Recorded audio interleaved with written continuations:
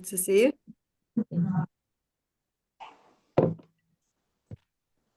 So just a little bit of housekeeping. If you do want to ask a question today, and questions and comments always welcome. I think there's going to be low enough numbers you can just wave at me. But if you want to raise a hand, does everyone know how to do this?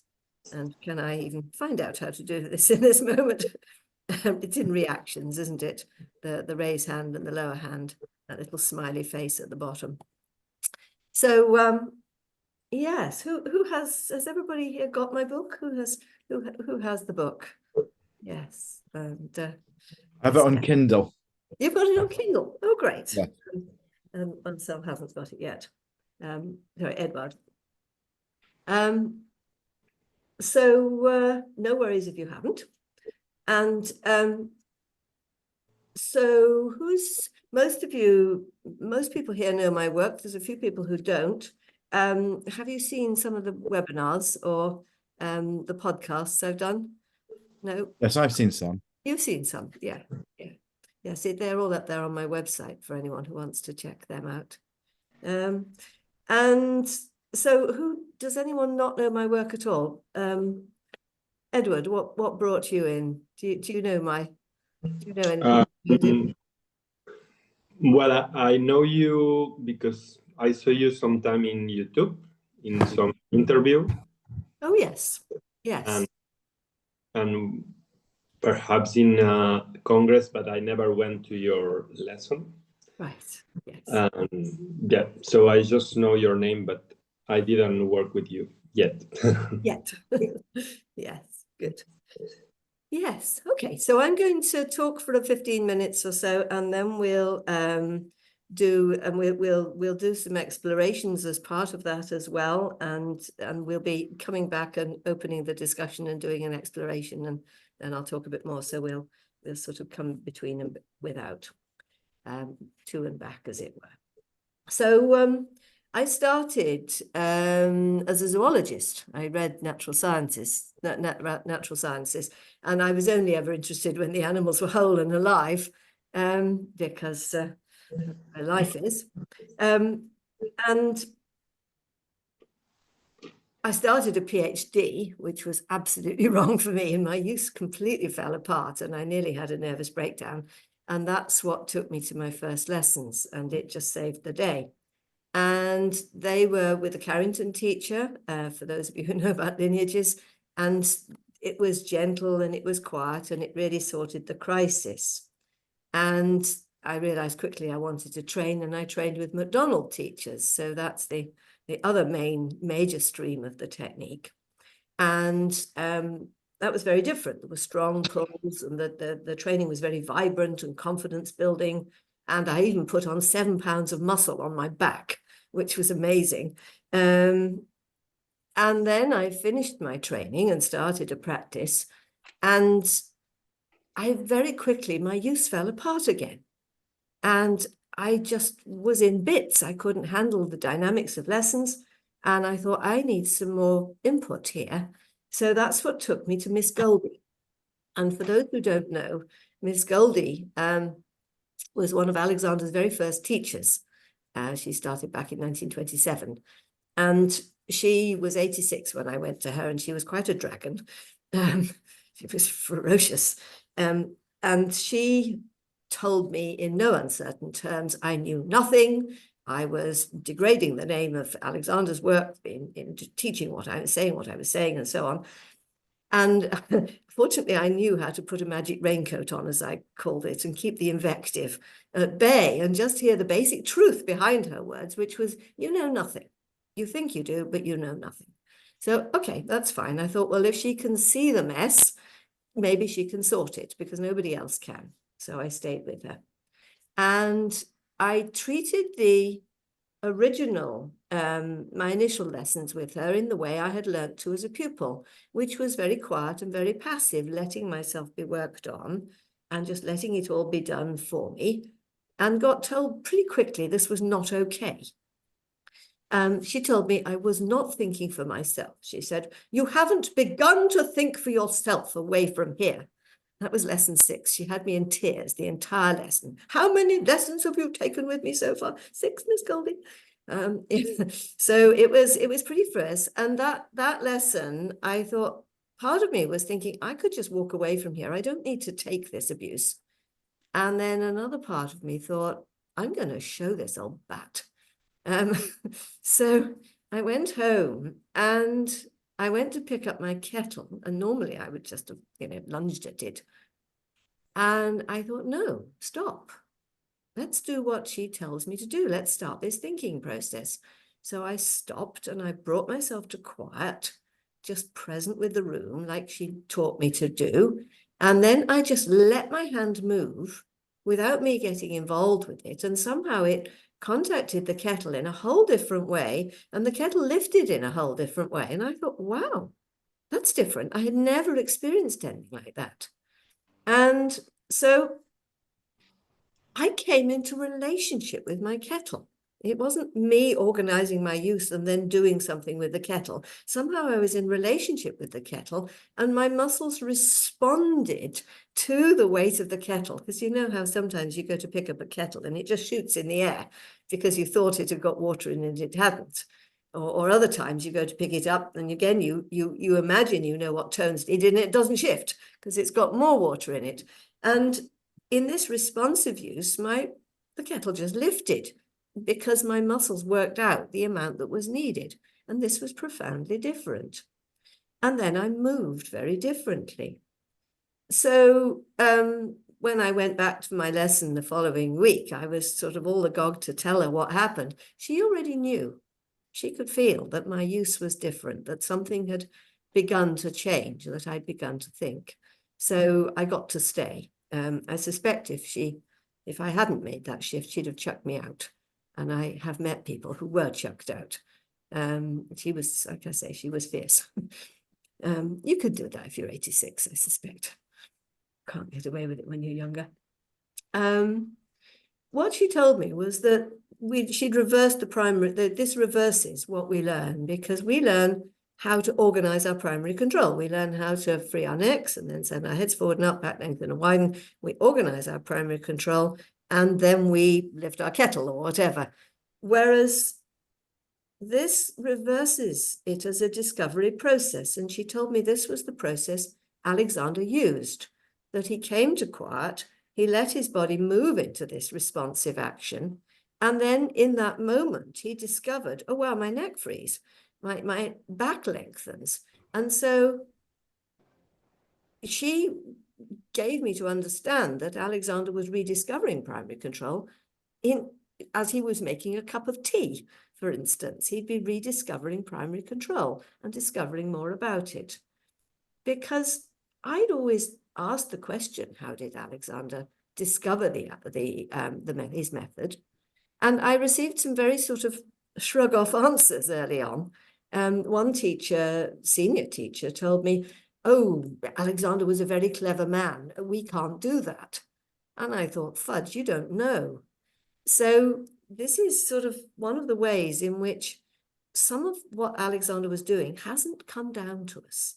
Now, this is rather shocking, but there's no criticism to anyone. There's no blame to anyone. I'm actually writing another book at the moment, when I have moments in between moving house,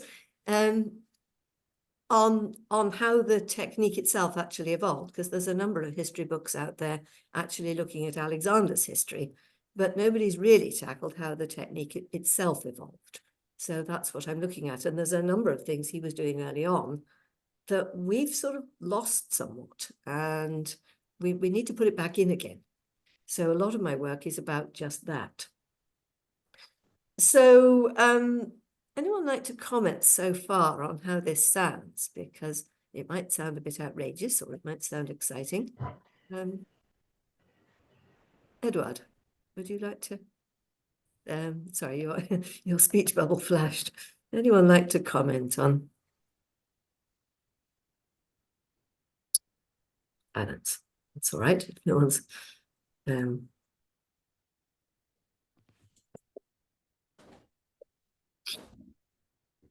So, okay, no comments. So let's take this into a little game. Oh, Anna, yes.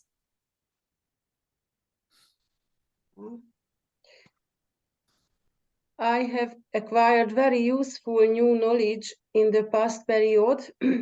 We are now at the 7th chapter, where we are talking about pools.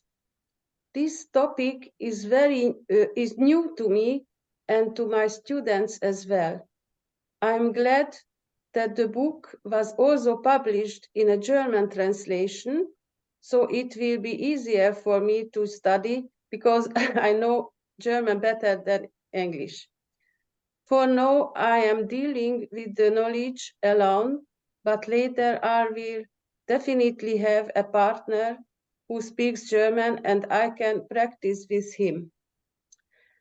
I am very grateful and happy for this opportunity to participate in the course.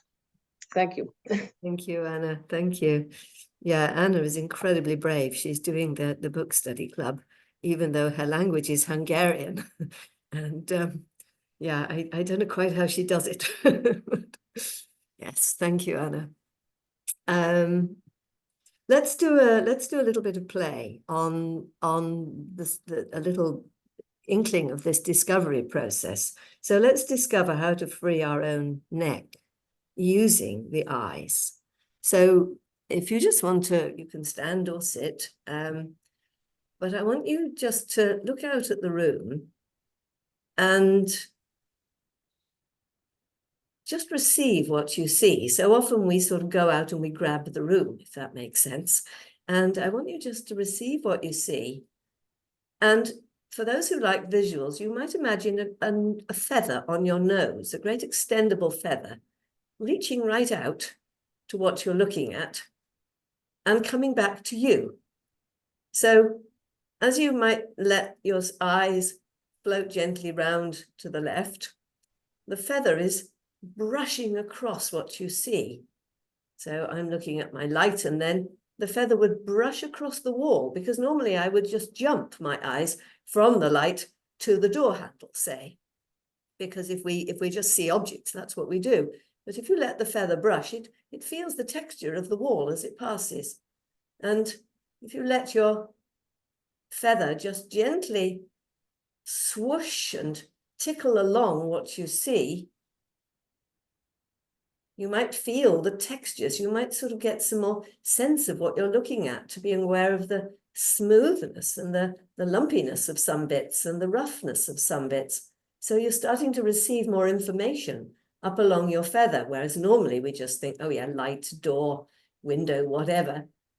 You're letting the full information travel up to you, and colors and shape.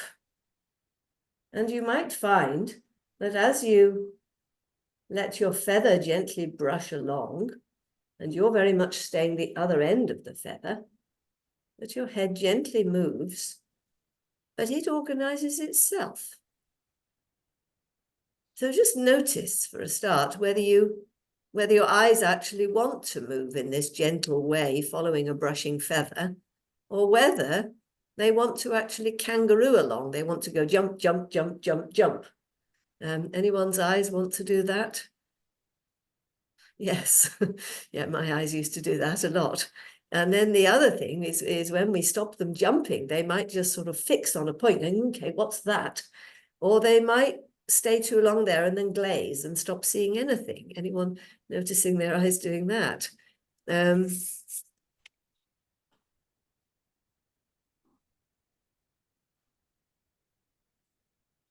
So just inviting those eyes to track gently, inviting them, and it might help that process to, hello, Kaoru, nice to see you, and Bridget, when you come in, if you're there, lovely.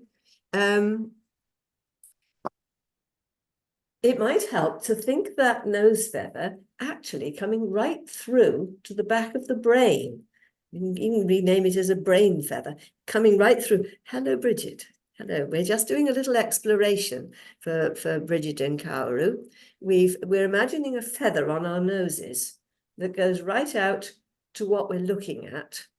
And it's as the eyes gently swish along what we're looking at around the room, then the feather is brushing what we're seeing and picking up information about texture, roughness, smoothness, shape, but also color.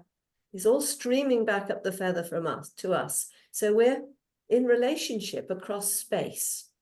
And I was just saying that it can help jumping eyes and fixing eyes if we let the feather come right through to the back of the head, because the primary visual cortex, where we actually see from, is at the back of the head. So it can help to put a little hand for a moment on the back of your head, then right at the base of the skull, because that's where the primary visual cortex is. That's the bit of you that's actually doing the seeing. And anyone notice that your spatial awareness comes in more, that there's more of a sense of peripheral vision?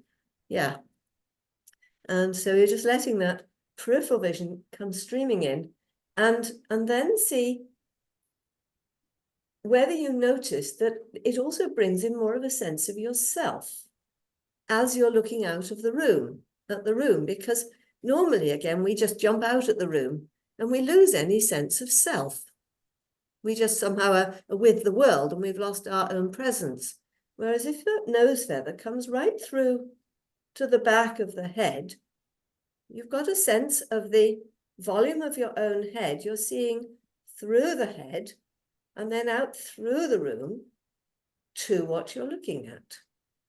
So we've brought a lot more elements into our seeing than we normally have. And that might give you a sense of your own substance, your own physical presence as part of the room. You're part of the room, just like your desk and your light and your table.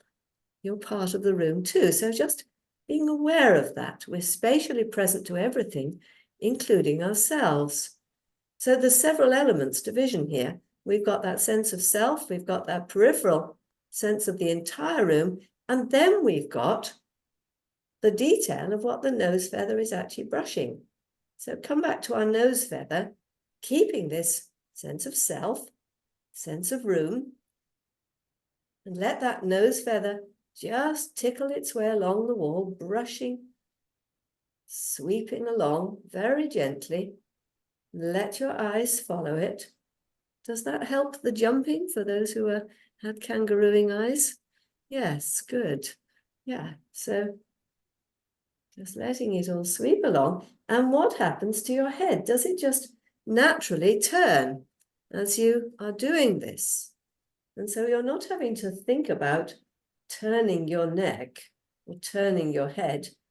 The turning is just happening so smoothly and so easily.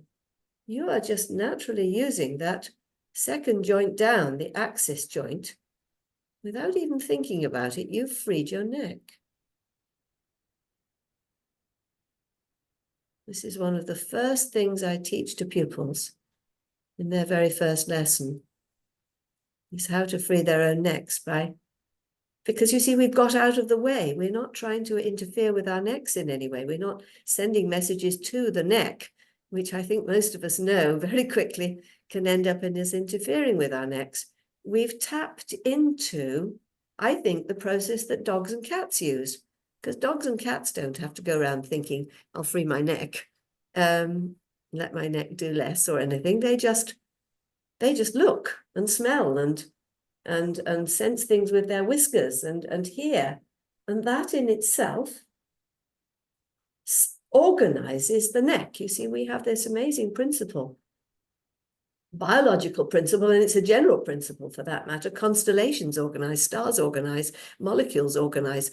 Everything, science is now talking about how everything has this self-organizing capacity. And what we're tapping into here, by using the right cues on the nervous system, is our self-organizing capacity. And actually, I think that's the main thing that Alexander discovered, is that we have this self-organizing capacity. We don't have to do exercises and, it will come about if we can cue the nervous system right.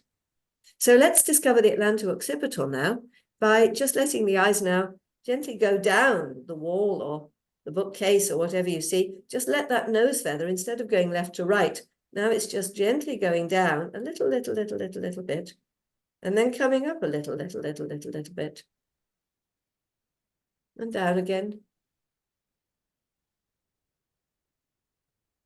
and up again. So you're not nodding the head, you're letting the nose feather lead you, the brain feather lead you, and your head organizes itself. And Duncan, I use this all the time when I'm doing yoga. Am I seeing the mat? Am I letting my eyes track on the mat? And that will help keep the whole head neck balance free as I'm going into different yoga poses. It's a very useful thing when one is doing yoga, or walking the dog, or driving the car, or anything else for that matter, but particularly useful in yoga. So anyone like to comment on this? So you're not doing anything, you're just letting the eyes track and the head follows. And in fact, we could even make a discovery to do that thing which is the most difficult, which is to look at the ceiling. You know, when you go around a great house or some monument and you have to look up for a while and your head crunches and the back of the neck crunches. So if you just let that feather lead from the back of the head, but you're letting the feather lead, you might find you can even look up at the ceiling and your neck, the head doesn't crunch down on the back of the neck. It stays free, even though we've pulled the head back quite a long way. And we can actually look up and then let the eyes track to bring it down again. Penelope, in the yoga, I don't know if you're aware, we have what's called a neck lock, which is Jalandhara Bandha. Have you heard of that? The neck lock is that way. Yeah. So how does that differ from releasing your neck? I know it's called a lock, but it seems to me that in some ways it's doing a similar thing. Yes, it is. I think what they're getting at, and I don't like the word neck lock in that, because obviously that implies a bit of fixing, but what they're not doing is let that neck in just fall back. They're actually engaging not merely the extensor patterns, but there's some muscles deep in the neck that nobody knows about called longus colli and capitis. They're right on the front of the spine. Who knows of the psoas muscle?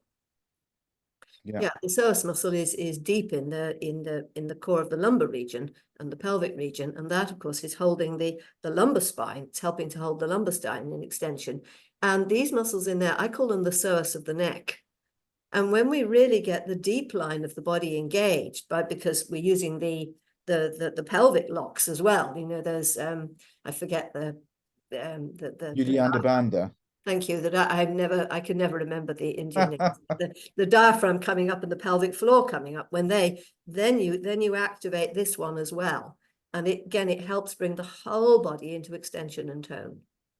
So yes, I teach that one in chapter 10 of the book. That's in chapter 10. I've not quite got there yet. No, it's further along, and we've built up everything else first, because it's not where you start, but it is. I mean, in Alexander work, you talk a lot about freeing the neck, which is about freeing the tension at the back. But I think the eyes do a better job of bringing that into extension. And then when you activate the core muscles, these ones at the front of the neck also come into play. Yeah, it's fascinating that the Indians worked it all out a long time ago. Goldie worked far more with my core than any other teacher had. And she got this sort of thing going, but of course she couldn't explain it in this functional anatomy way. So anyone else like to comment on what just happened there? Did anyone feel something rather different happened for them than normal? Jana, you were doing a lot of smiling there. You seem to be enjoying the process. Yeah, I am. It's I mean, it's something I keep forgetting to work with, and what made me smile really was the recognizing again how simple it is, and how we just have a tendency to make things way too difficult when it's not or doesn't have to be. Yeah. So yeah, absolutely, it's fantastic. And I was thinking a lot about, because I work a lot with skiing and skiers, and there the eyes play a crucial role in the way you look and observe the area as well. It's one of the reasons why we go skiing, so we can enjoy the area and the place we're at. And it's very easy to get constricted in our bodies or in what we're doing at the moment. Yes. And remembering this like this in a normal situation is always great. So yeah, thank you. And if you're skiing at speed downhill on a slalom course, by God, you've got to keep alert, haven't you? You've got to keep Exactly, seeing, yeah. you've got to keep Yeah. letting that sensory information in. But most of the time, most of us going around the streets of our local town, we're not seeing a thing.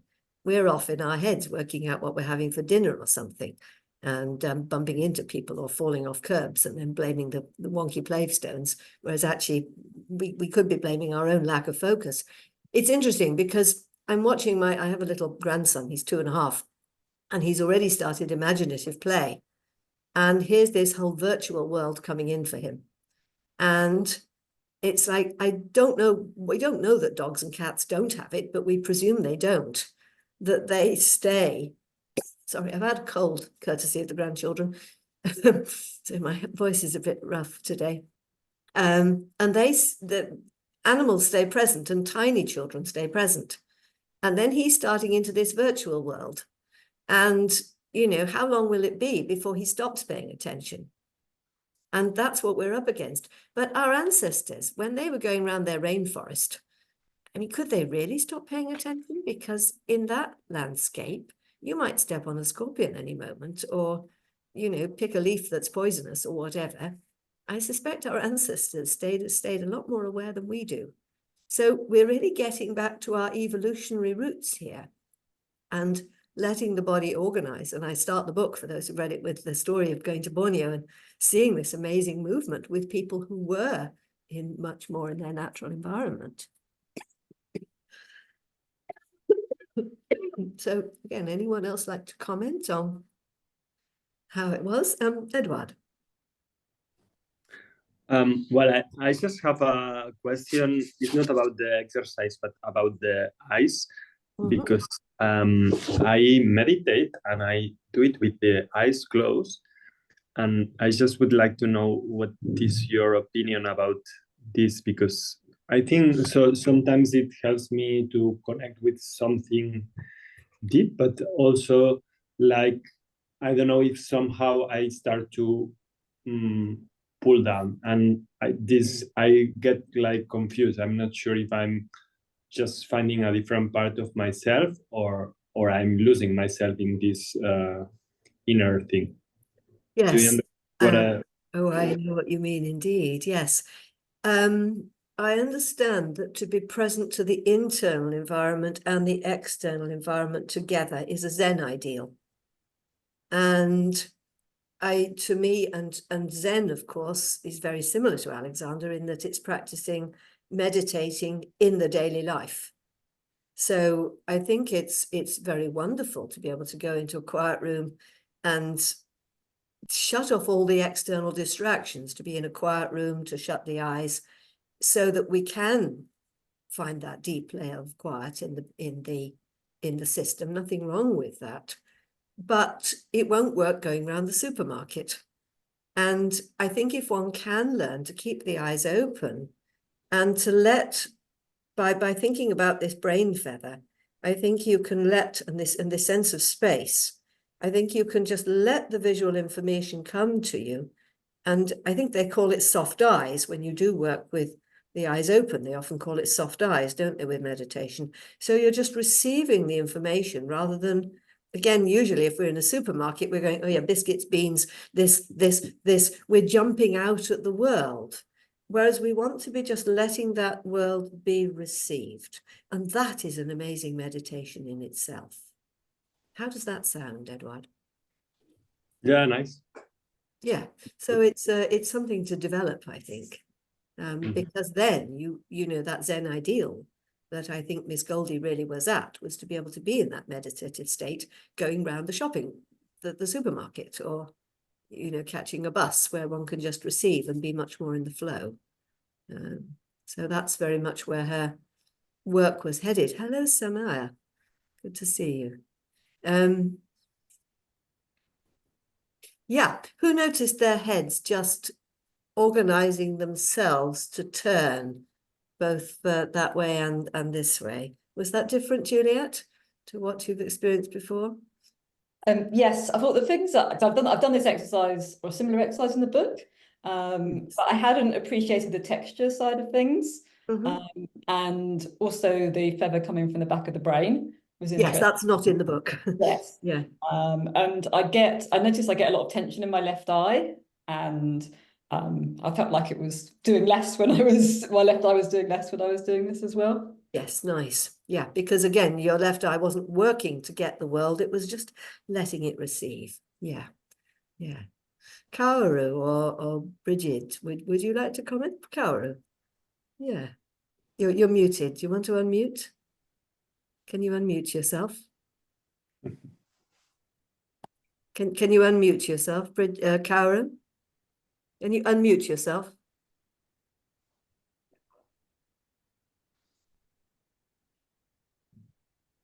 Thank you. Plastic? Yes. Yeah. What's his name? Greenwald. His book and one lesson which I had from him, Yes. I did this exercise. And then through that, I also had an idea very similar, and I'm using and teaching this eye movement, and then follow the neck. And then sometimes I said, so Tammy wants to watch the ceiling.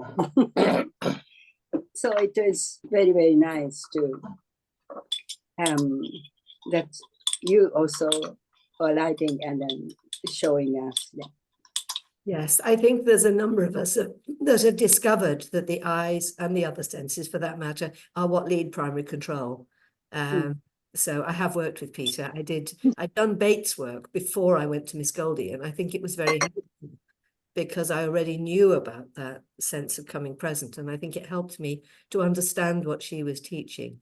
And I later worked with Peter. So yes, Alexander doesn't write about this. He used the eyes all the time. But he never actually writes that the eyes lead primary control, because I don't think he really identified that aspect. But it's so important, because if you try and do primary control without engaging the eyes, you just start doing. Bridget comments, I have noise around me. I found the movement from the book very relieving. Today with the feather, I could feel much more connection with the environment, definitely more present to the surroundings. Thank you, Bridget. And Samaya, hello. Would you like to unmute?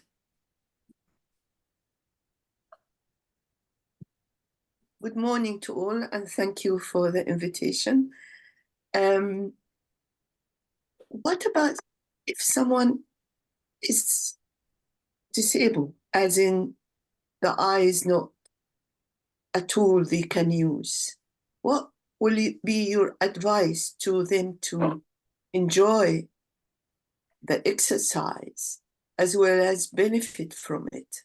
Yes, I have not worked with completely with a blind person, but I know other people who have, and I think they just open to other senses, because of course, if you are blind, I guess the sense of hearing will be very heightened as well. And you know how a cat turns its head to sound. When I've worked with people who have one eye that almost doesn't function, one eye that does, very often they've been told by the doctors, oh, just never mind that eye, just ignore it. And very often their head ends up like that, and that affects the whole side of the body.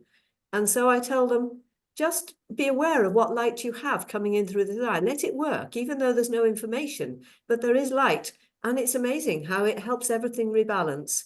So I think even for a blind person, there is still a sense of sight, because sight is much more than the physical act of seeing, isn't it? So I suspect, and again, I haven't worked with somebody on this one, but I suspect one could encourage them to envision their room, because they must have still the spatial sense of their surroundings and a sense of that's there, that's there, that's there. So just to sort of bring in that envisioning of their room, I don't know, but I'm guessing that would help, because you see blind people going along who are actually very confident, who evidently have that spatial sense. And others, I watched a man who in a restaurant once who had obviously just gone blind, and you could see his distress. He was really feeling his way. He hadn't yet got that sense. So I think one could teach it. I don't know. Thank you. Thank you very much. Athanasi? Yes, maybe I can say something about that. Some years ago, so I won't be able to give you references, but some years ago, I read about the fact that there are actually two eye circuits in the brain. Right. So there is the one that allows us to see the world, really the visual one, but then there is a second circuit which exists. I mean, it's proved. If you go on internet, you'll find about it. And It's this in is chapter the one, 15. It's in chapter 15. Yes, you're talking okay. about the dorsal visual stream. So Yes, there is a carry on. second one, and it's the one which relates you to the world when we don't see, when you don't see. So see people, Right. see. So you don't need to see in order to relate to the world.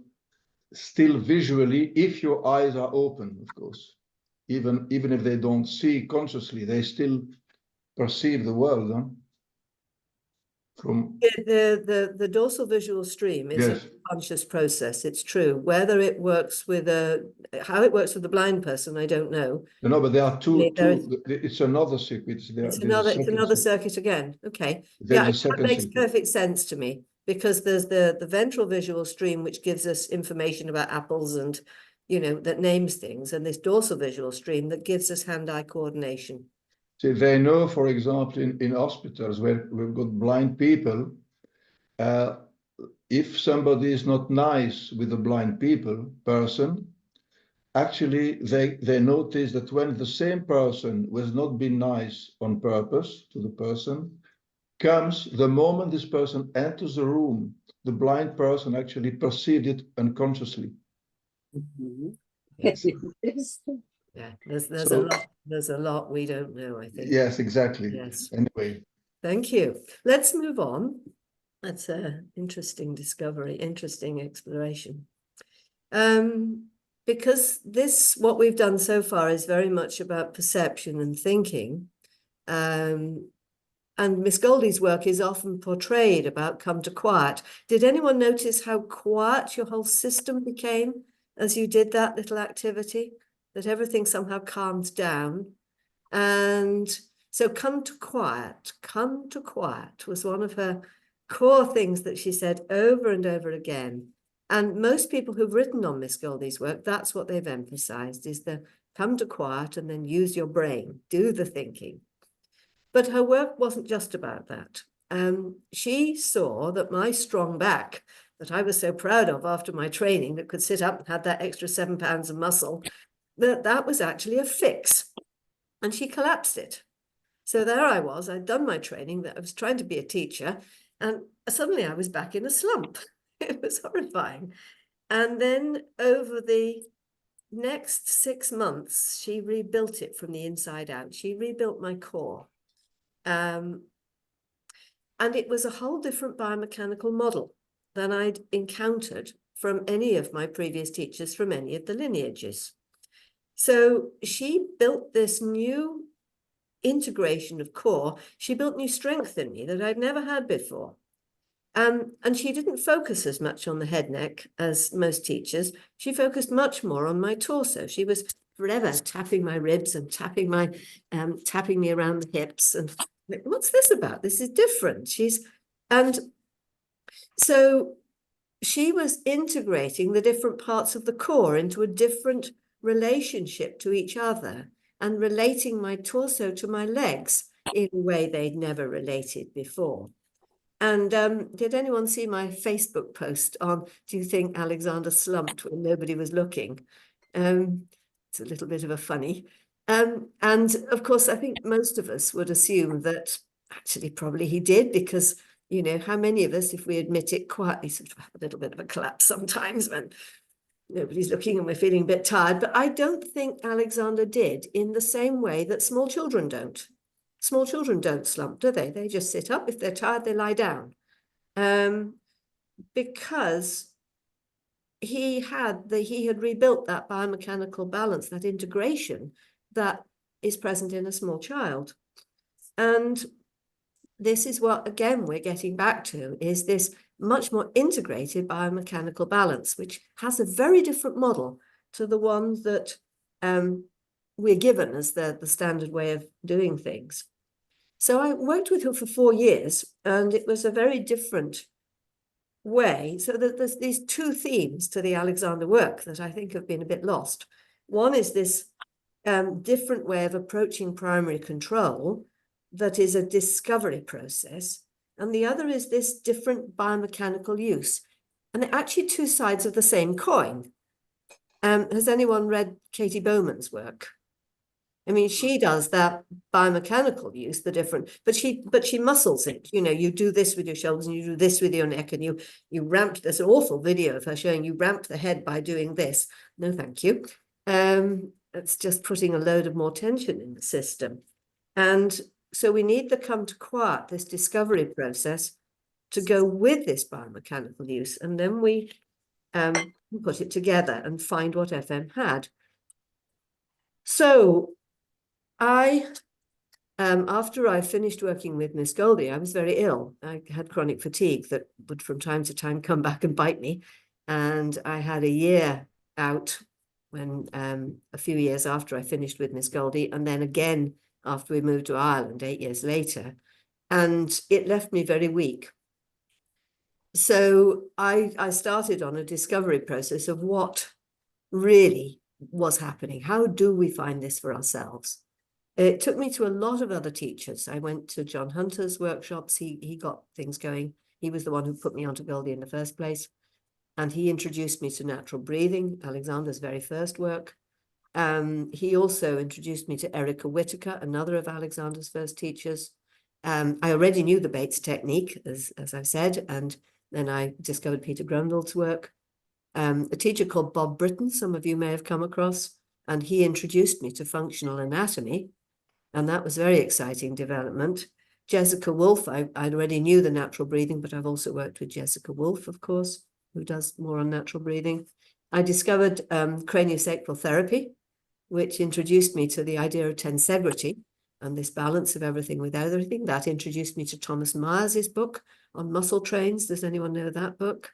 And then I worked with Philip Shepherd, who is interested in deep embodiment, not just I'm thinking about my body. He said, the minute I'm looking after my body, that divides us still. We are the body. How can I be a unified being and unified with my environment, like a fish is? A fish is part of the ocean. So we are a unity. That came from him. And it all seemed to link back to Miss Goldie. And still there was something missing. As I said, I was ill again after we came to Ireland, and that time I was bedbound for a lot of time, and I was housebound for a year and a quarter. It was horrible. And afterwards, after I came through that, I needed to rebuild strength again. It left me very weak, and I kept using these principles of coming to quiet and thinking, well, this is all very well. I'm moving in a different way, but when does the strength come back? And it didn't. And I thought, hang on, there's something I'm missing here. What is it? And it was Rosa Luisa, who wrote the introduction to the book, actually, who introduced me to Jando Masuero, who's a teacher in France, who was asking a lot of the same questions about how did Alexander develop the technique. But he took a different tack to the one I'd taken. And he discovered, because he's an engineer by training rather than zoologist, so he knows his maths and his physics, which I don't. So he had also read Bernstein, which I can't begin on, because Bernstein's the father of modern biomechanics, and it's all physics. And so he started to put that together, along with he started to get into this Delsart thing, Alexander advertised very early on, he taught the Delsart method. What was it? Well, I go into that a lot in my new book when it finally comes out. Really going into that. I talk about it a bit in this book, but not very much, and haven't got it quite accurate actually in chapter 7. There's more I've discovered since. But he found a mosaic of clues on how Alexander must have used the pulls. Anna mentioned the pulls when she talked, and Alexander was using pulls on himself. And there's some that are mentioned in his books. CCC talks about the pull to the elbow, the pull off the wrist. George Trevelyan in his diary talks about the pull off the ankle. Binkley talks about how the head pulls off the neck. It exerts an upward pull on the spine. So this word pull was around. And where does it come from? What's happening? And it's energizing our directions. And in order, when we put those pulls on ourselves, we free off our own deep tensions. Now, normally we would go to another teacher and they do the pulls on us. They take our arms out, they take our heads up. They're actually exerting very gentle pulls on us that are inviting our fascia just to open out. And we can now learn to do these for ourselves. Thank you to Jando for, giving us a methodology here. When I first took a lesson with him online, I was shocked. This isn't Alexander. He was getting me to do this incredibly strong pull on my arm, which felt weird. He was taking it out. He was getting me to twist it right forward. And then I suddenly thought, my goodness, this is what Goldie used to do to me. He was getting me to do exactly for myself what she did to me. And I thought it was weird when she did it. And afterwards, it just opened me across the back. And then in his subsequent lessons, he was also doing things with me. I was thinking, this is what Goldie was doing. And so Goldie was working to pull me into the new biomechanical balance that Alexander had.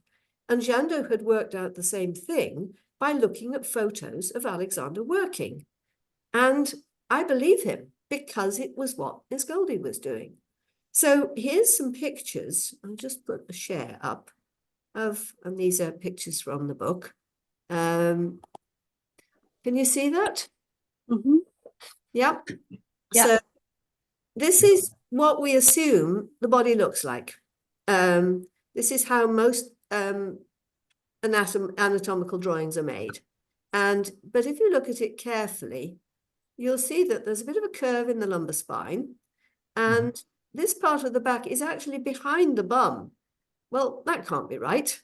His chest is lifted up and back. His neck is pulling back and his nose is actually up from his ear. He's actually got his chin slightly in the air. I'm saying he just generically.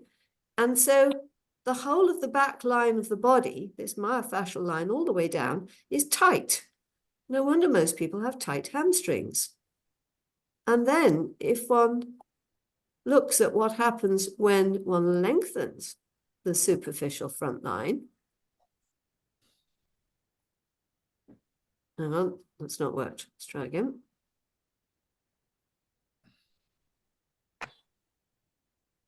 There we go. So this looks unfamiliar. We're not used to seeing the body looking, or certainly not a skeleton looking like this. But can you see that this is all much more upright? This is all much more on line. And then the head comes forward from somewhere between the shoulder blades. And the nose is now level with the ear. The head is now level. And there, Duncan, is your chin lock, as it were. The front line of the body will also have come into play. The pelvis is at a different angle. The rib cage is much flatter. If he was wearing a tie, it would be vertical, whereas the other one, the chest is lifted. So it's a very, very different image. And if you look at pictures of FM, which actually I haven't brought up, but I can show you. 1 second.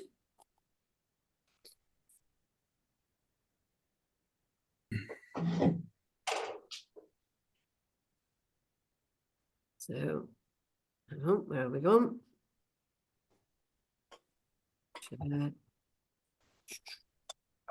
Yes, there's FM.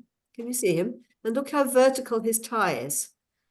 Everything is very much straight up the front of the body, and his neck is coming forwards out of somewhere in is the upper back. And again, you can really see that what Duncan called the chin lock, that drawing down at the front of the neck that actually keeps the head on line. And you also might pick up the intensity of his eyes. He really was, his eyes are really leading his head, I think, in that picture. Anyone like to comment on all that? Manuela. You're showing both of those figures in your book. Yes. And I made an experiment with a student. I showed her one picture each and let her just get the energy of the picture. And the usual upright position, she automatically say, oh, well, this is the right one. This is the right one. This is upright. And the other one was awful. No, we can't be like this. And I said, stop for a moment and just get the energy of the picture and let me know which one can move, which skeleton could be brought into movement, where's flow, where. And she got it. She realized, oh no, well, the usual upright skeleton is fixed. There's no movement, there's no energy. Whereas the other one, the unfamiliar, it can be easily brought into movement. There's energy flowing. Oh, that was great. So this was a nice way to get the student acknowledge there might be something wrong with the usual picture of a skeleton. Nice. That's a lovely experiment. Yes. And you're absolutely right, because this one is brought about by tension. The minute we lift the chest and tighten the back, and then we have to muscle ourselves into movement. Whereas from this one, as Manuela says, one can flow into movement like the dog. And it's a very different place. And the interesting that I was amazed how we can perceive this energy from this drawing alone. Yes. We see it. We have this knowledge, this inner knowledge. Wow, this is the way we can move. It's interesting, actually, because in my historical research about this, because I've started to ask, where did this false posture come from? And the answer is out of the 18th century military. It's not out of kings and queens, as I wrote in the book. It's actually 18th century military, when the guns came in and suddenly they wanted this rather rigid posture so that they could fire guns in formation. Whereas if you look back at earlier soldiers who were sword fighters, actually the chest is vertical, because with sword fighting, you have to be able to flow easily into movement. And so it's actually that comes out of the 18th century physical development that then led into the early fitness work, the early physio and fitness building, and that whole shoulders back, chest up thing. And that's where it came. So it's been fascinating to discover that. And it's completely taken us off the wrong path. Jana. I just wanted to say that it's a great, Manuela, that you did that, because that's something I've been struggling with when I show the students kind of like, well, you know what, actually this is not exactly spot on, and they react really strongly often, and it's very difficult to convince them, well, actually, after when they experience it in the movement, it's a different story. But I found it with myself as well, Penelope, when I first started following your work and then had some lessons with Jando. At first I was like, this looks really strange. And then after, I think it's a little bit like faulty sensory perception in us, is the visual faulty sensory perception, isn't it? Yes. Because now I look at some old yoga books I loved, pre-Alexander or pre this work, and I go like, oh no, this is really not okay, what happens there. So that's very interesting. Yeah. So thank you, Manuela, for this great inspiration. Yeah, how to work with that. Thank you. So let's do another little exploration, because as I say, in my development work, I worked with Jean. Oh, Samaya, yes, please. Am I pronouncing your name right, by the way? Forgive me. I am not a teacher yet. And one question I would like to share, which is the use of the mirror. Yes. Often now we don't see in teaching that the teacher uses the mirror, as indeed Alexander did.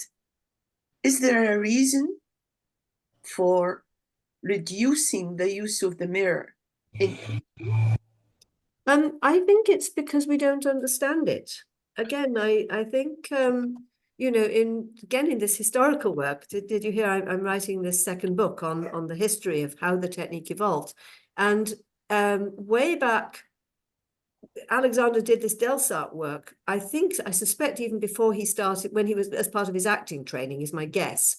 And one of the Delsart books writes, give the lesson to your mirror. Don't to your reflection. Don't give it to yourself. Give it. So it's about getting out of the way, just like we did with the nose feather. We got ourselves out of the way, and then the head could organize itself. And when you work in the mirror, it's I won't go into it in detail today, but when you work in the mirror, you do stay out of the way. You don't involve in yourself. Now, I never knew how to do that.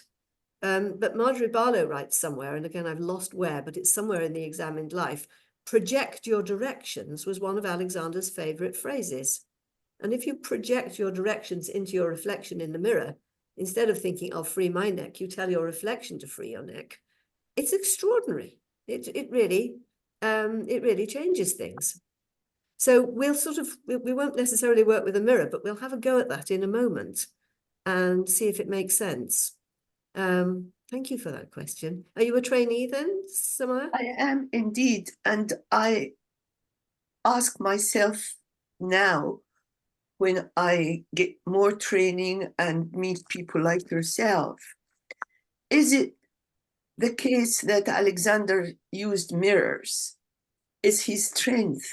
And then he got himself out of a stroke, he got himself, and finally, not finally, nothing is final, of course, but then when he couldn't really express his experience in his books as such, he moved on to hands-on. I think you're absolutely right. I don't know, but my feeling is that reading his books, as we all know, is pretty challenging. Yes. And you need to read the book more than once, twice. But hands-on, he was able to show and express much more than the books, I think. Yes, I agree. You see, he developed the work himself. He couldn't explain it to people back then in a way that, you see, I led you into what we did today by using work that came out of Bates' work. And so I got you to free your necks because I already had a language that came from another discipline. Yes. And I can now explain, you know, what we just looked at in terms of the posture, because I now know the functional anatomy. And I can tell you the neuroscience behind coming to quiet and the responsive action. None of that was available 100+ years ago. And so he gave up trying to explain it because the explanations weren't there. And he was just getting asked questions he couldn't answer. And I think working with the hands was a very neat way out of it all. Yes. You know, Thank you. we do it for you. And we need to get beyond that. We need to get back to what he was doing originally and learn how to do it for ourselves and to be able to explain it. And that's very much what I think, you know, that's what the book's about. And it's very much what we all need to do if we are to keep the technique strong and alive. Otherwise, it all becomes a bit wishy-washy and it just becomes, let's do a nice semi-supine talk through. And the technique is not about a semi-supine talk through. It's fine for release, but it will not get you to where Alexander was. It just won't. Sorry, I'm putting that strongly here. Alex Goldie was very keen on that. You know, just lying down is not enough. You need to be thinking in activity. You need to get those eyes open. You need to be working with movement, and then things will change. So the head and the senses lead movement, but the movement is actually powered by the hips and the legs. Now, Alexander never wrote that, but I have no doubt he knew it. You know, the whole body is involved in movement. And with the use of the self, it all became about the head, neck, back.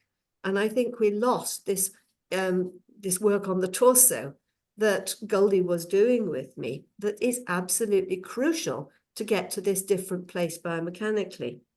So let's do a play with this. And so I want you to stand up. And what I want you to do first, we might run a little over time. Is everybody okay with that? Let's just do I might need to go, by the way, at 10:15. So okay, well, hopefully you can watch the end of the video because I'll send you the video. Yeah. So let's just do, I want you all to do a press up, maybe on a chair, just to see how much tone you've got. If you can stand as close in as you need or on the wall, and just do a little press up and find out how much tone you've got in your arms to start with. So that's just a little test of your own physical strength, as it were, right at the moment. Now, let's do something that I learned from Miss Goldie, because it's one of the early procedures called stepping to the side. And when you take a leg out to the side, very often we sort of, we do a drop, or we let the body collapse, we lose that up. And she didn't do it this way. I actually got this way out of Katie Bowman, but it's a useful way of doing it, which is to stand on a book. And now your hips aren't level. And what we need to do is bring the hips back level again. So I'm going to think about these muscles here coming into play by pushing down here. Now, again, if I take my mind into it and do it from there, I'm going to be doing too much. I could just muscle it. So coming back to our spatial awareness, coming back to our nose feather, our brain feather. So we've got that whole span of the room. And now here's the mirror work. You can see me in the frame. And I want you to tell this image in the frame, which at the moment isn't you, it's me, but it doesn't matter. Just tell that person in the frame to send that hip down. So there's your direction.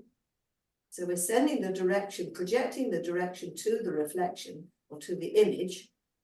But now I want you to do more than that. I want you to energize that direction. I want you actually to send that hip down in the mirror and see if that brings the whole side of the body up. So you're not muscling it, and you're not just directing it even. You're not going in through the body, you're going out and you're sending the direction out there and you're energizing it.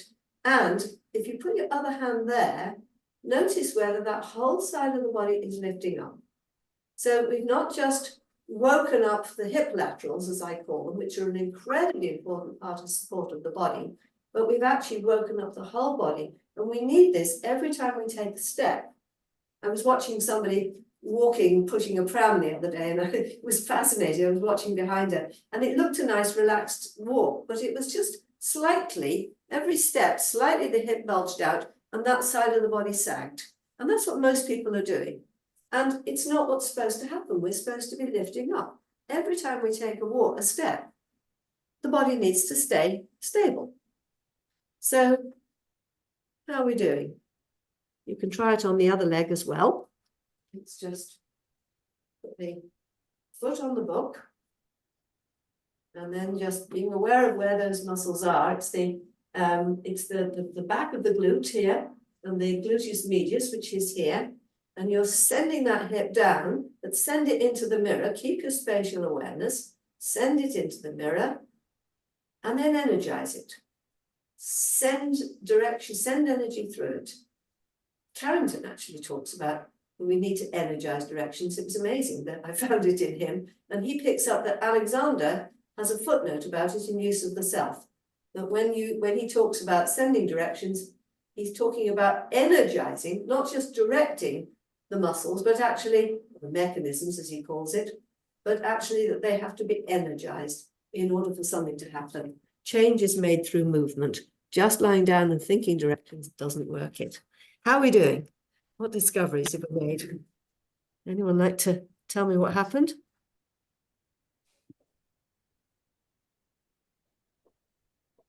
Karu? Yeah, very interesting. Yeah. Could you feel everything lift up? So I got aim for today when I go to feel this. Yes. And the shoulders don't lift, do they? It's the side of the body that lifts, not the shoulders. No. Yeah. Yeah. Mhm. Yes. I mean, Goldie and Alexander both talked about the lifter muscles. I mean, I think we're working the obliques here, but we're also working the lats. We're working all the musculature of the torso, which for most people nowadays is really pretty soggy. Yeah. So Maya, how did you find that? You wanted to... I feel that energizing bit. I'm not sure whether it is because I read somewhere that if you imagine as you are walking an egg under your arm, Yes, and try to keep it, there is no point of doing this. The only way to keep the egg is somehow naturally it pulls up.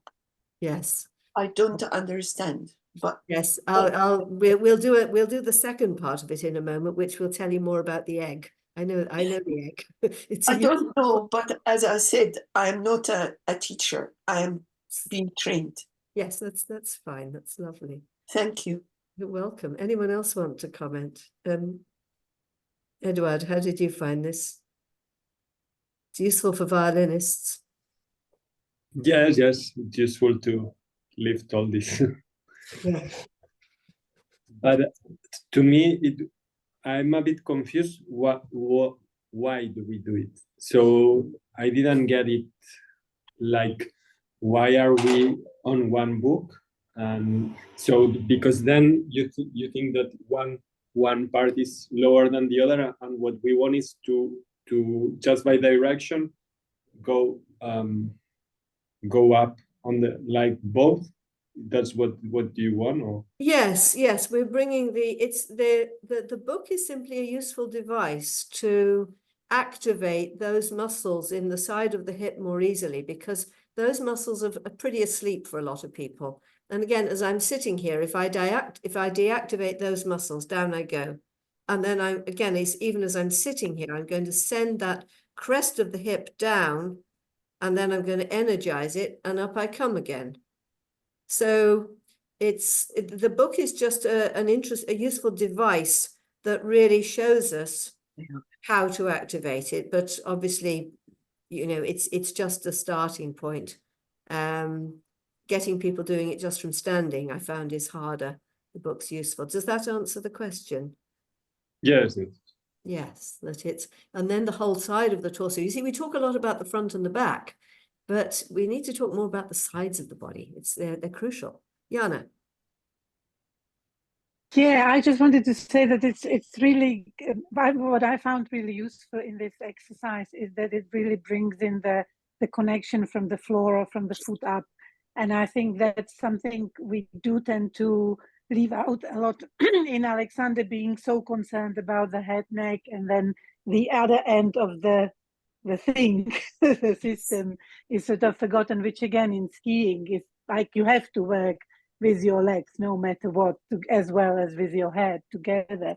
So that was great. And I also found that by the projecting these directions and all that, and getting out of the way, I suspect, I felt that the whole back really widened at the same time. So not only lengthen, but as you say, the sides of the body, it gets all more sort of integrated and connected, I found. Yes, absolutely. Let's do the second part of it. So we've energized the hips and got them. You can see that my whole torso changes as I do that. And you might notice actually, if I sort of slop down into my hips again, my arms are like that, and then I'm going to energize those hips. And already as the back widens, the arms start to change their orientation. Here, there's no egg. Whereas when this comes alive and activates, the back widens, the shoulder blades move, and here's our egg coming into play. And to help that, just take a little string to your elbow and just let it be pulled out, both sides. We're just going to let that string be pulled out, but also a little bit forwards, which is going to feel a bit strange. But if we're leaning back, you see, the string is just gently lifting that upper back even more. And then, so this feels a bit weird to go around like this, but can you feel it's widening your back so that you can breathe a bit more into the back?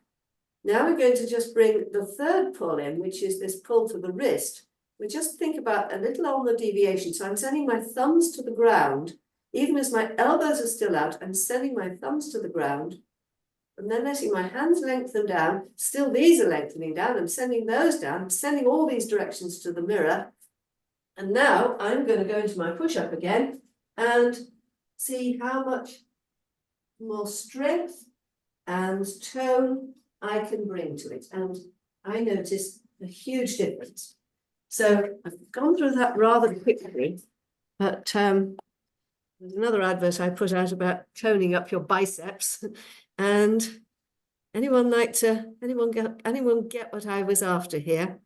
Because it just tones everything up, and there's that strength in the biceps that we didn't have before. What happened?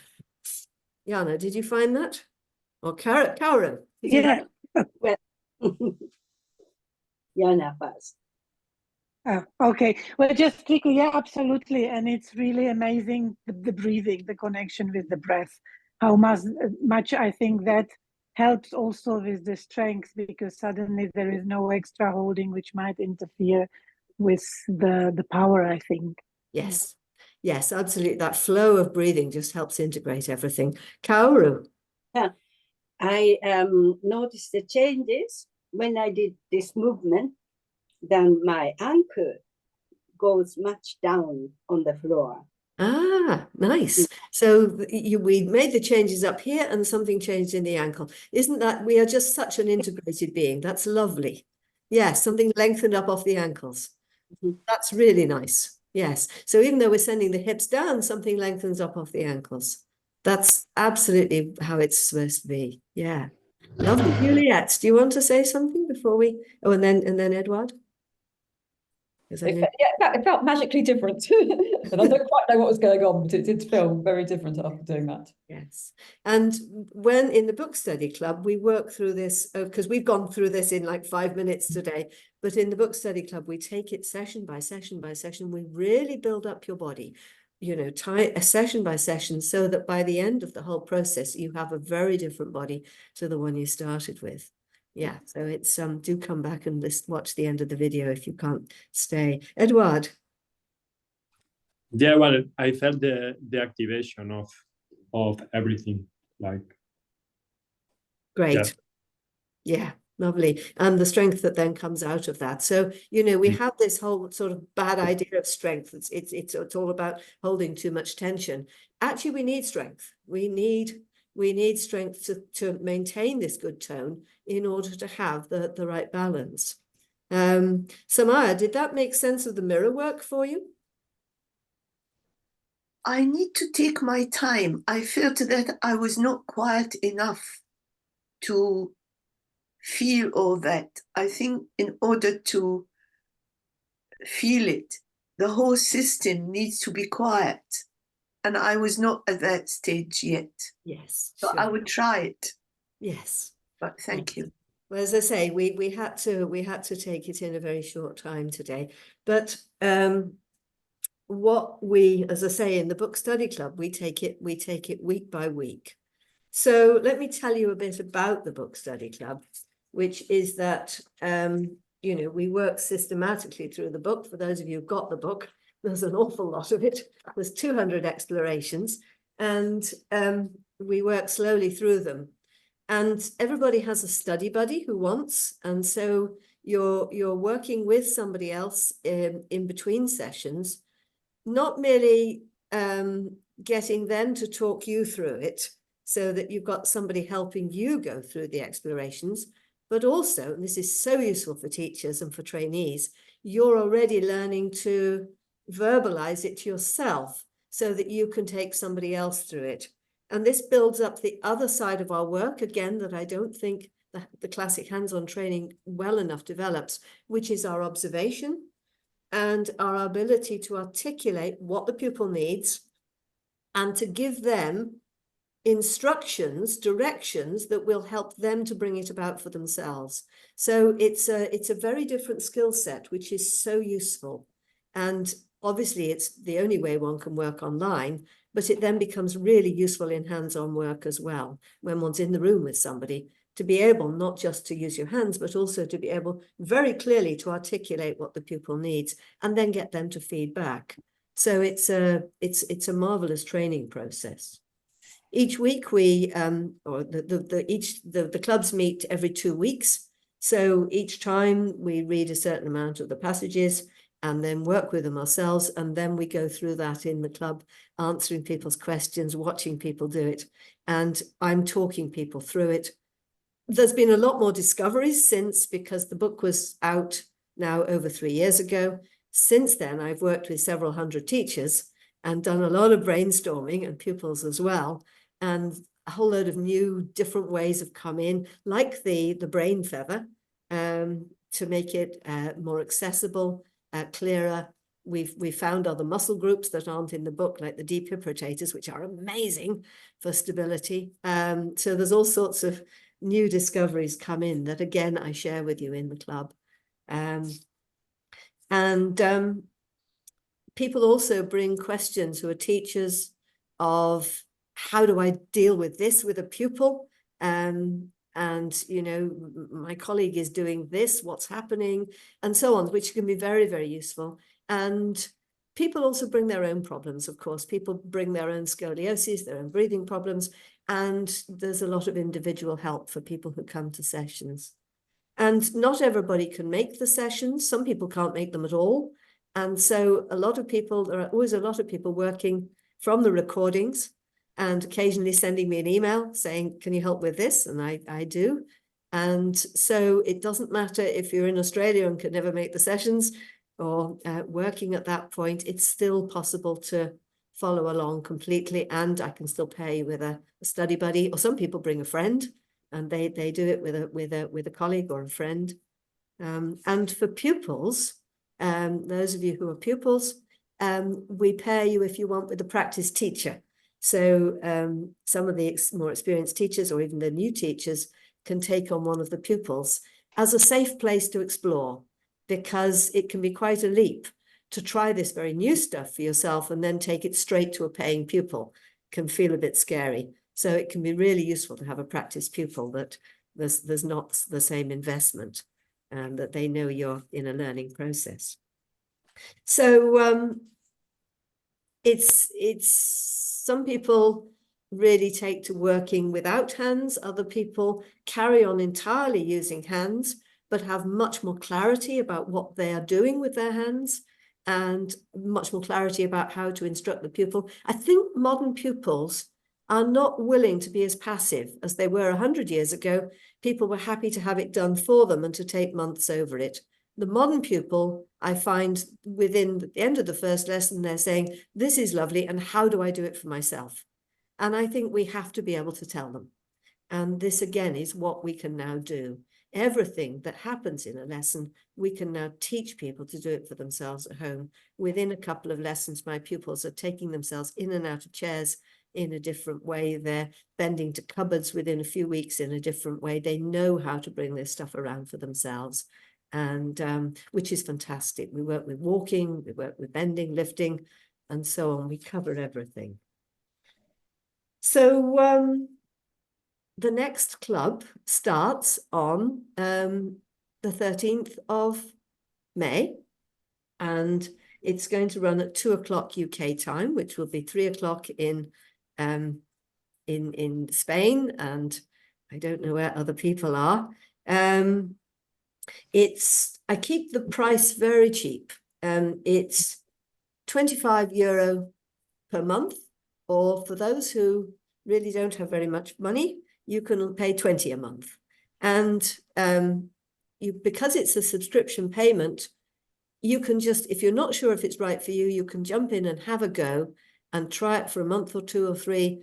And if life changes, or if it doesn't feel right, you can drop out, and there's no upfront commitment. So it's for teachers of all levels of experience. There are beginner teachers in each group, And there are trainees in each group. There are also people with 40 years experience. I've had people who trained with Carrington 40 years ago who are still trying to answer the question, what's this technique about? Because, because it's all been a bit of a mystery up till now. We need to demystify it. We need to know what we're doing. And now we can. And also for pupils who are keen pupils, someone like yourself, Duncan, or Juliet, who want to know more for their yoga practice or for their own personal use.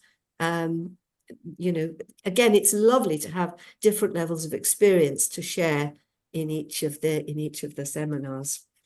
So anyone like to comment? Would anyone who's in one of the clubs at the moment in one of the groups like to tell? Oh, Edward, you have a question. Well, it's not about the club, but do you also get with all this work? Do you end up doing something also with the jaw? Yes. Because I tend to have jaw tension, and I suppose it's also because of all this balance. And also I think I have a scoliosis, and with the violin and everything. So of course it improved with the Alexander technique, but it's like a part where I tend to feel discomfort. Yes, so, yes, I think you could learn a lot. As you say, we need to get scoliosis actually come because partly because we're not using the legs properly. And when did anyone see my video on why we're wonky? And there's a video I put up on YouTube recently on my channel, and it's on Facebook as well. And again, if I'm not energizing my feet, I'll just show you briefly. So my body, if I don't watch it, will tend to do a bit of that. This hip drops, this drops slightly. And I'm going to energize the deep hip rotators. I'm going to energize the pulls we've done today. I'm going to energize the whole thing. And can you see it's just pulled me out of that scoliosis. And I'm now properly in this hip. My mother has had this hip replaced twice, and this hip replaced once. And I can feel this hip would be vulnerable for me. And I need to be able to energize what's really needed across there. And that then, as you say, then also helps free what's happening up here. The jaw and the head neck joint are very close together. We need to be able to free the jaw as well. Yeah. So there's a lot to happen. And so learning it bit by bit by bit by bit by bit over time. And this is the beauty of online, actually, because before that, I'd have to arrive in a town. We'd all work intensively for a weekend, but we wouldn't have this time to build up slowly. And the online, being able to work with people like yourself every 2 weeks, because we run over about 1.5 years with this. By the time we work all the way through the book, it's quite a long time. But by the end of those 1.5 years, you're very different because we've taken it step by step. So, it's an amazing process. And some people don't stay the full thing. They get what they want and then they're off, which is fine, and some people get what they want after 6 months, say, and that's fine. So it's a very fluid process. And if people get behind, they can jump into another group that's coming up behind and so on. So it's a very fluid process. Any questions? Manuela, you were going to tell us about what it's like to be in the group. Yeah. So I'm now in chapter 12. So I think we have now, I'm at it for 2 years, and it's amazing. You get your whole body remodeled.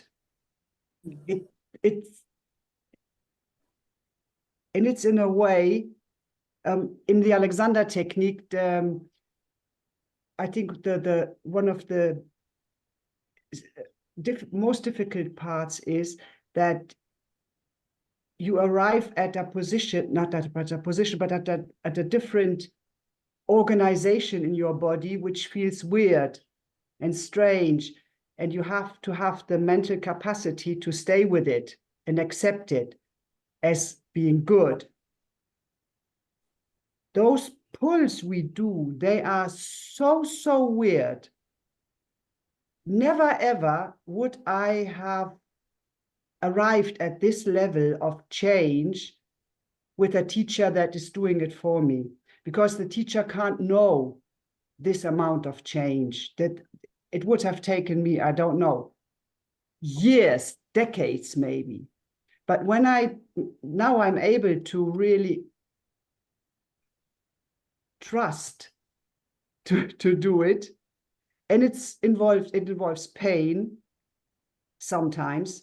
Yes, don't stress that. You go through it, and you know it's kind of a good pain. It's a pain that leads to a new freedom, and it's a freedom here and here and here and here, and you know, slowly but steadily you move yourself, you get yourself out of your strange habits and difficulties and things. It's amazing. It's really, and it's so helpful being in this group. You never ever would work through this book alone on yourself. This is not possible. This is so far from everything we know and we have accepted, like those two pictures of the skeleton. Yeah.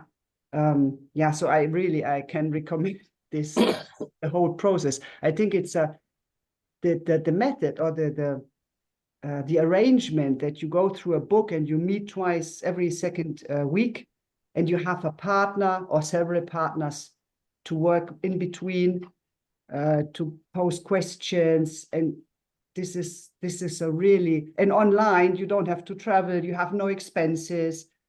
This is a brilliant way of working and learning. Yeah, I love it. I love it. Thank you, Manuela. And just to clarify the pain, you know, we're actually pulling out deep tensions for ourselves. And when something is in a deep tension, it's very often just locked down and there's no sensation in it. The sensory mechanisms are switched off, and sometimes when that reactivates, there is pain for a little while, simply because it's like combing out knotted hair. You know, it just pulls for a bit in a strange way that we can interpret as pain, and that soon passes. And I think we've all met that even in our Alexander lessons, that we call them good pains. That can happen, and it's a very temporary thing, of course. But this whole process is this going into the unknown that Goldie talked about a lot. We need to be able to get past faulty sensory perception, and this is what we're doing. Samaya. Do you rely a lot on video and YouTube in running the club? For a simple reason, I don't use them. I very much prefer, this is a second best as in online. I prefer people, real people. But this is good for me. On the other hand, I wouldn't like an approach which, look at that YouTube, I just don't use them. No. It's we're working as we do today, on Zoom. Very good. And then, you know, afterwards I send you the video of the recording, as I will do today. Right. So that you've got you can also watch through the session again. And that's it. Yeah, I'm not sending you off to YouTube and video and things at all. Thank you. The other question is that I'm someone who is approaching it very much from a scientific background. And my reason for learning the technique is purely curiosity. Beautiful. I mean, I have a science background myself. And as a result, for the moment, I find myself needing time to digest all that, and also almost hopping from one thing, saying, I think I got it, but I don't. So I am back and forth to things which I keep visiting. Is that possible, joining the club, to come in and out as I need an answer to a specific issue? Well, it's not quite what we're doing, in that we're working through the club systematically, but I'm always happy for people to bring different questions, and particularly of a scientific nature, because, as I say, I have my own science background and my science mind, which I very much brought to this process. And it would be wonderful to have discussions with you on it. And the other thing is that some people need to take it at a slower pace than the club does. And so they come to the seminars, but they store the videos. And so they keep going back to earlier videos. Some people hop ahead in the book. I've got a woman who's in one of the clubs at the moment with very painful feet. And she keeps hopping forwards and sending me emails about it. And that's fine too, because, you know, she actually needs to walk in order to function in life. So why wouldn't she be looking at chapter 11, even though we're in chapter 7? Yes. So it's like holding, you know, it's possible. Yes. Where are you in the world, Samaya? I move between Scotland and France, half the year here and half the year there. Oh, you're in Scotland. At the moment, I am in Scotland. Where in Scotland? North of Glasgow. Oh, right. Okay. Yes. I'm now in Edinburgh. Well, I was there last night, hence my late entry, because it was a friend's birthday and we stayed quite late. Yes. Yeah. Okay. I do hope to meet, if you are in Edinburgh one day. Yes, I'm very interested in the technique, as I said, purely curiosity. And I feel it is one of these things which is a lifelong learning rather than 10 lessons will do. It absolutely is lifelong learning. And that's why we need this greater span that we can work with and that we can take, you know, that we can be working with on our own, on our deathbed, finally.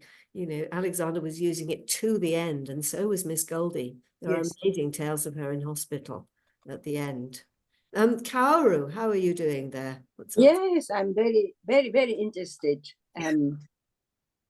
I have to get book, and I will join you. Lovely. Thank you. So, Jana, you've got to go, and I hopefully. Yeah, sorry. Yeah. I'll try to join in tonight, and yeah, we'll be in touch anyway. Thanks a lot for everything. Thank you. Thanks, everybody. Bye. Thank you all. Yes, thank you. Let's wind up now, and I will send you all the video, and I will send you details of the club as well. Edward. The club then in life is on Mondays or? On Mondays, that's right. Once every 2 weeks. That's right. Yes, starting not next Monday, but the Monday afterwards. And how long does a lesson take? It's each session is 90 minutes, an hour and a half. Yeah. So, and then you have the video afterwards. Sometimes I run over a little bit because I'm a lousy timekeeper. And then each club runs for as long as that group takes to work through the book. Some clubs go through in 18 months. Some clubs take a little longer. Manuela, your club is asking so many questions and making so many discoveries, it's taking longer, which everyone seems to be enjoying. So, yes. Any final questions before we finish? And okay, so thank you all so much for coming. It was great to meet you all, and hopefully I'll meet you again sometime very soon. Bridget, hello again. Yes, and okay. Bye. Bye. Thank you.